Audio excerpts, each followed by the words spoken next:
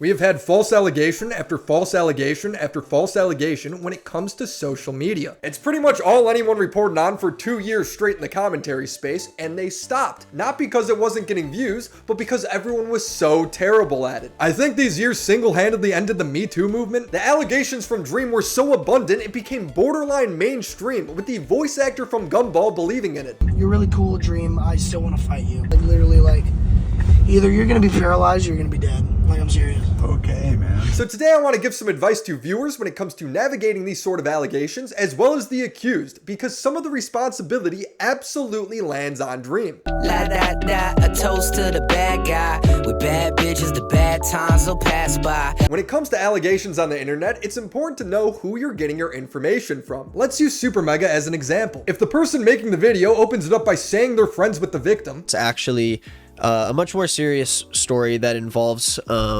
someone that I'm personally friends with. And then they follow it up by admitting that they're wildly biased because of it. I've still received several comments on the original video claiming that I put out my video about Lex without waiting for Super Mega to respond, and that I was taking a side before hearing everybody's sides. And I thought I made this clear before, but of course I'm going to take the side of a personal friend of mine when she comes out with a story about her own sexual assault. This isn't like an online, like, normal thing where I look at all the facts and I make a decision. This is insane. It should be clear that they're a suspect source of information and their allegations should be taken with a huge scoop of salt. That may seem obvious to some of you, but it is not to many others. And it was largely due to Nick is Not Green's video supporting his friend. To a lot of casual viewers, Nick is a huge YouTuber, acting like he's taking all of this very seriously. He says he's unbiased. I do not have any ulterior motive for my videos made on Super Mega. I do not have any reason to want them to get canceled. So it seems credible, even though it's not in the slightest. Turkey Tom has done a great job debunking the Super Mega allegations in detail. My point is, you can't take the narrator's word as the sole truth when it comes to something this serious. The evidence should speak for itself. When it comes to Dream, from a casual perspective, it seems like he was caught red-handed sexting a minor. The evidence came from a burner account saying it was posting on behalf of Jamie, who was 16, then 17 years old. The evidence included a video of Dream supposedly moaning while yanking his doodle. I can't play the audio for obvious reasons. In the screenshots provided, it shows that the Snapchat was from Dream. It also showed an anonymous friend of Dream confirming that it's real. Now that seems like a lot of evidence, but if you take away the captions, really there is no evidence. You can't see Dream in the video, you can't tell that's him moaning. The snap from him doesn't show his Snapchat ID. That could be anyone. Despite the post saying, I can confirm without a shadow of a doubt, it was Dream's Snapchat account. And his supposed mystery friend confirming it? This mystery friend could be anyone. The screenshot provides no extra credibility. And although it says Jamie's age is 16 then 17, they provide no evidence. We don't even know if they talked to Jamie. The narrator, who's also anonymous, just speaks so confidently. They provide no evidence of it. Yet so many people on Twitter were convinced that this was true. It confused every commentator, including me. We were asking, did we miss something? Putting out tweets asking for solid evidence quantifying the story. Many people responded to me saying that Dream admitted it was him. Where? I couldn't find it. I wasn't sure if he streamed this or where it was coming from. Nobody could link me to anything solid. The anonymous friend said Dream admitted it, but that's not Dream actually admitting it. That's some random anonymous person claiming he did. It wasn't until Dream clarified in his video that none of this ever happened. All of it, including Jamie, were made up. I also was never confronted about grooming by any of my friends. I even critiqued Moist Critical for his video, saying how terrible it was, claiming that I admitted that the Snapchats were real, which I never did. Yes, you heard that right. It never happened. Dream would go on to expose that Jamie, the victim, wasn't even part of this. It was just a made-up accusation on her behalf meant to cancel Dream. In their original tweet, they notably say, when she had her age in her bio, which seems oddly specific, just to remove the few people that would say, well, what if he didn't know her age? When even in their own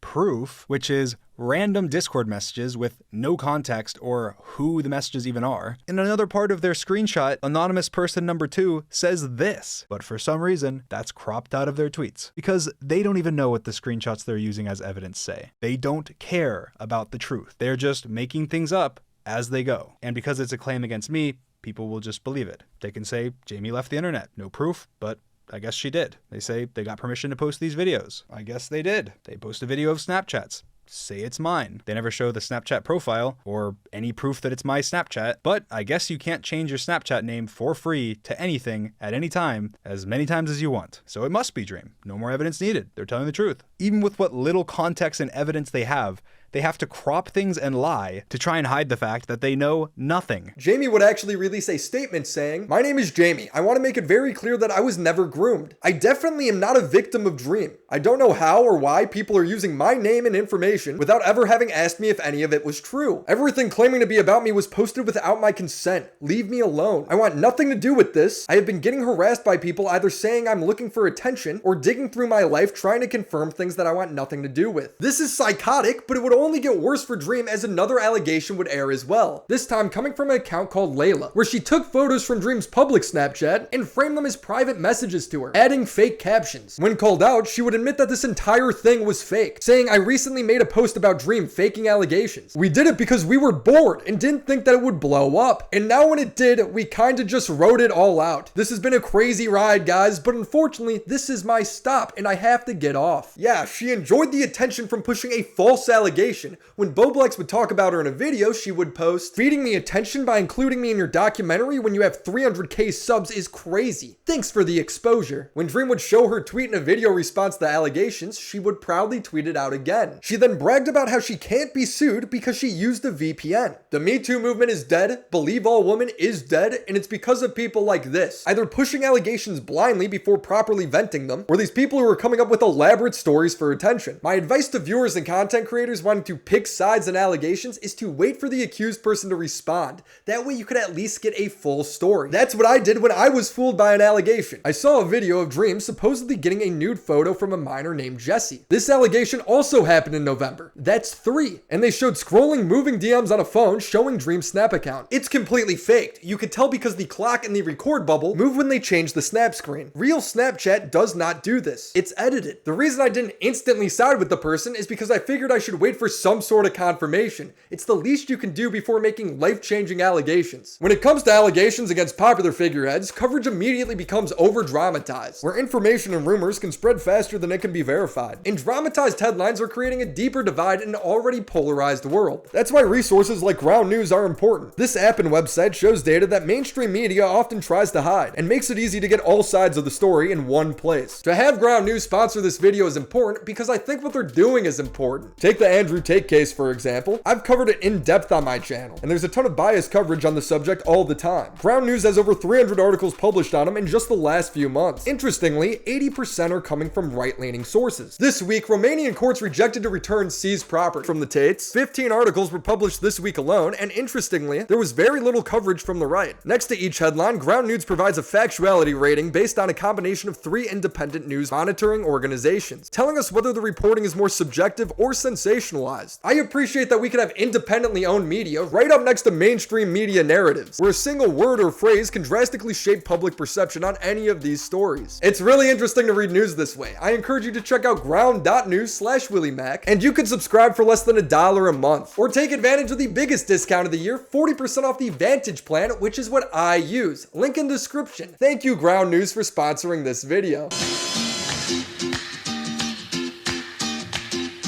I just finished up a long rant how we should wait for both sides before covering allegations as serious as grooming. Well, we have both sides when it comes to Dream's most credible victim, Amanda. Now, Dream didn't do anything that is provably illegal, but he did put himself in a really dumb situation that would even make fairly rational people question his story. Amanda messaged Dream for months, and Dream would reply, but never in a very interested way. He kept the replies short. "Hi, how are you?" "Good, good. How about you?" "I'm pretty good." "What gear do you use?" "I use this guy's gear." Dream frames as if he was annoyed by the messages, blaming Instagram. You may be wondering at this point, why are you replying to her? You seem clearly disinterested. You're taking days or weeks to reply, and then when you do reply, it's very dry. Well, Instagram has a really stupid feature that makes it so that once you've replied to someone's DMs once, you can't remove their ability to personally message you, unless you block them. You cannot be following them, you can delete them from your inbox, they can still message you and pop up in your notifications. I'm showing an example on screen of my DM continuing to pop up on my alt account, just to show how it works. Obviously, given I replied to Amanda back in 2020 when I had a much smaller community, she was stuck in my inbox for the rest of time. This excuse is lame because you can just not message her back. I ignore people all the time. Also, I don't know a single messaging app where if you delete the conversation, it stops people from messaging you entirely. On Twitter, here is somebody I don't follow. We have prior DMs. I delete the conversation and they could still message me. This is not just some weird Instagram feature. This is how all messaging apps work. So at one point, wanting her to stop DMing me, I swiped her out of my inbox multiple times. It's actually completely provable that I did do this. Just block her. What are we talking about? Dream was apparently so annoyed with her, he invited her to message on his private Snapchat. He says she also implied heavily that she was of age, whatever that means. She seemed very normal, friendly,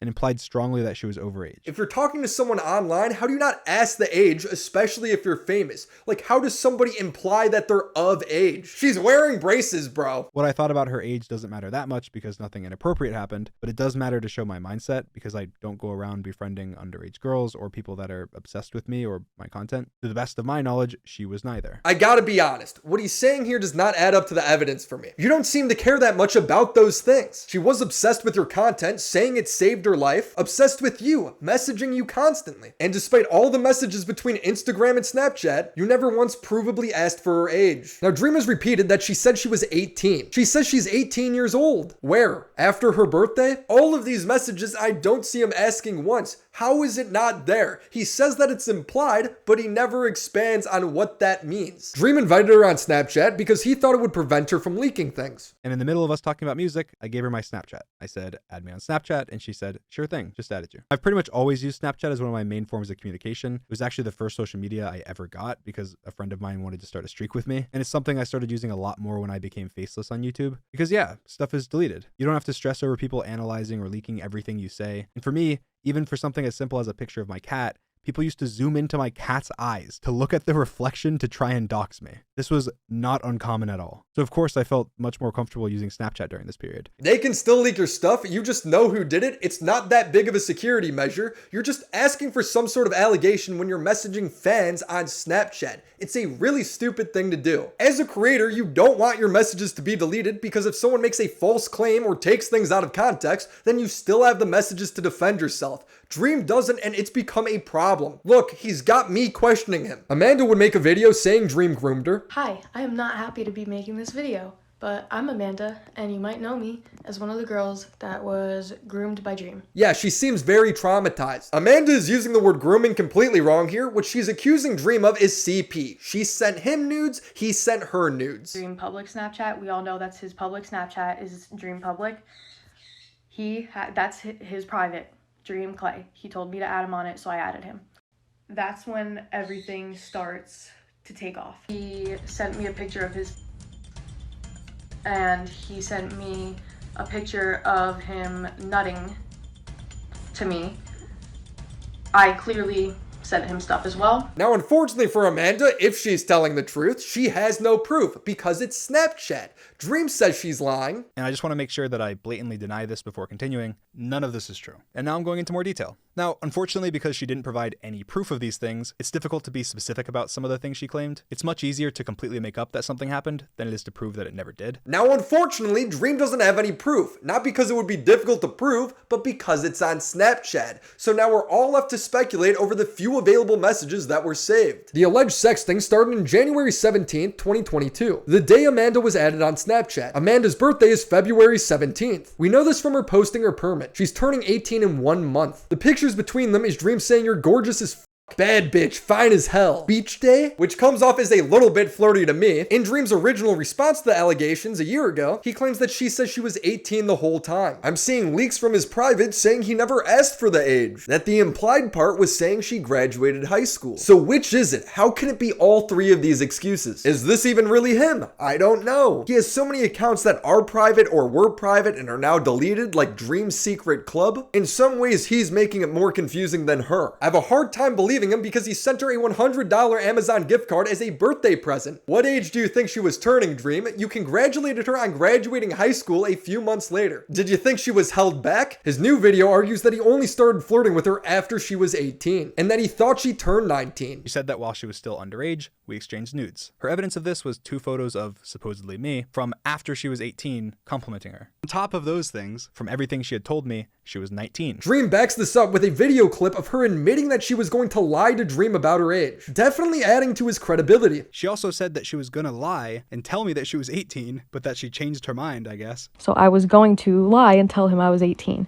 She said she would provide proof of the fact that she told me she was 17 and that I still stood her tomorrow. But I didn't, and that proof will come out tomorrow. And guess what? She never posted proof. The fact that neither of them have proof of the ages is hilarious and is only possible because they use Snapchat. And we had no inappropriate contact. The context of these messages would be a 22-year-old creator calling a 19-year-old streamer gorgeous on a birthday post while giving her a gift card as a birthday present. Look, it's Dream's side of the story, but that is the most charitable way to frame that. Let me give the detractor's point of view. It's Dream flirting with her by complimenting her body one day after she turned 18, in not a very subtle way, showing that he knew her birthday, that he knew she was still in high school, because he complimented her graduating. If you think Dream flirted or exchanged nudes with Amanda in this 1 month time period before she turned 18, you have every right to think that. All common sense would point to there being some sort of flirtatious messages going back and forth. It likely didn't start on her exact birthday. And that's my criticism of Dream. It's all his fault. If he used any other messaging app, he'd be able to prove his innocence,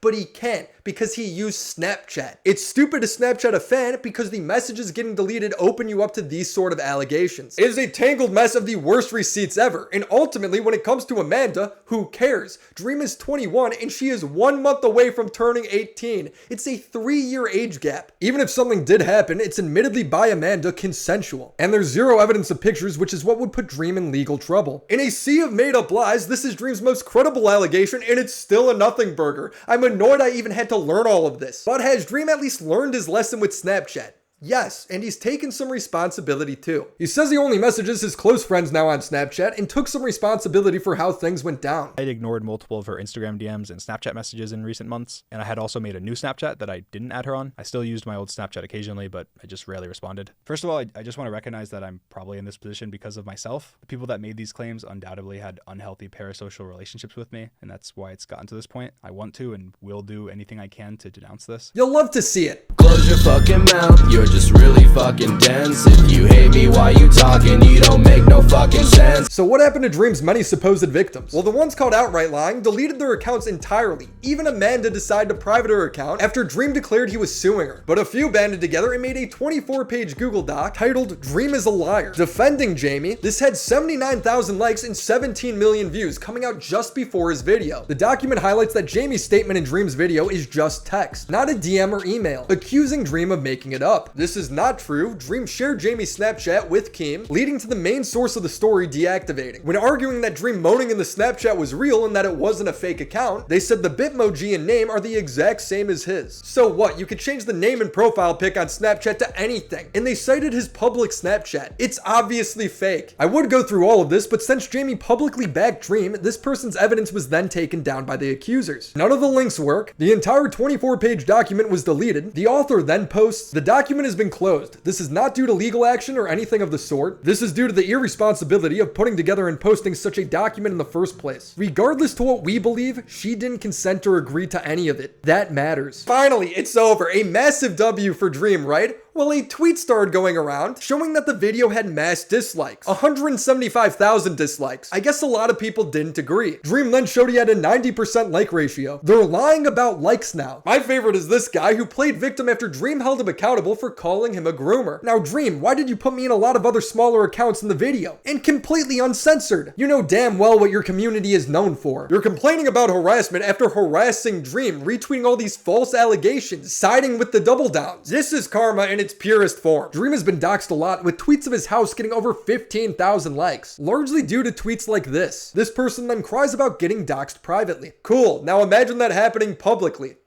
Now you can relate to Dream. The best part of Dream's video is when he shows how easy it is to fake DMs between creators. Pokimane, you've been getting some hate for your cookie prices recently, and I don't mean to expose you, but you did say this to me. They're just some stupid cookies I repackaged them selling at 10 times the price. But my fans are too stupid and will buy them anyway. And I think that's disgusting. What do you have to say for yourself? What more proof do you need? I also have the cookies she sent me and a signed note from her. This is irrefutable evidence. You get the point. I made all of those pieces of evidence in 10 minutes with only free programs. I immediately saw the opportunity in this and screenshotted Dream's fake DMs with Pokey, posting a tweet as if it was real. This tweet did well, fooling many people at the time. I was then community noted, so I did the only logical thing and edited the community notes to agree with me. I was not the only person or the most successful person who saw the humor in this. One got 51,000 likes and forced Pokimane to respond to it, and Dream had to apologize. This was so genius of Dream because it shows how the most obviously fake misinformation can spread so quickly. I wear a mask with a smile for hours at a time. I do want to point out one more minor critique I have of Dream's video and how all of this went down. Dream says he's re-clarifying his boundaries, saying that he doesn't support NSFW art of him. I think that the fact that I'm a very relaxed person overall that has relaxed boundaries has encouraged that type of behavior too. So I'm just going to re-clarify some of my boundaries. One, I don't support any sexually explicit art of me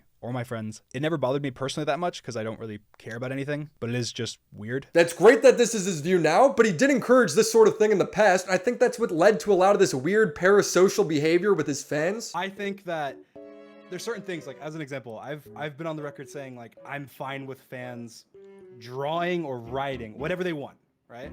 And so that includes like graphic stuff about like me and George or something as an example together, right?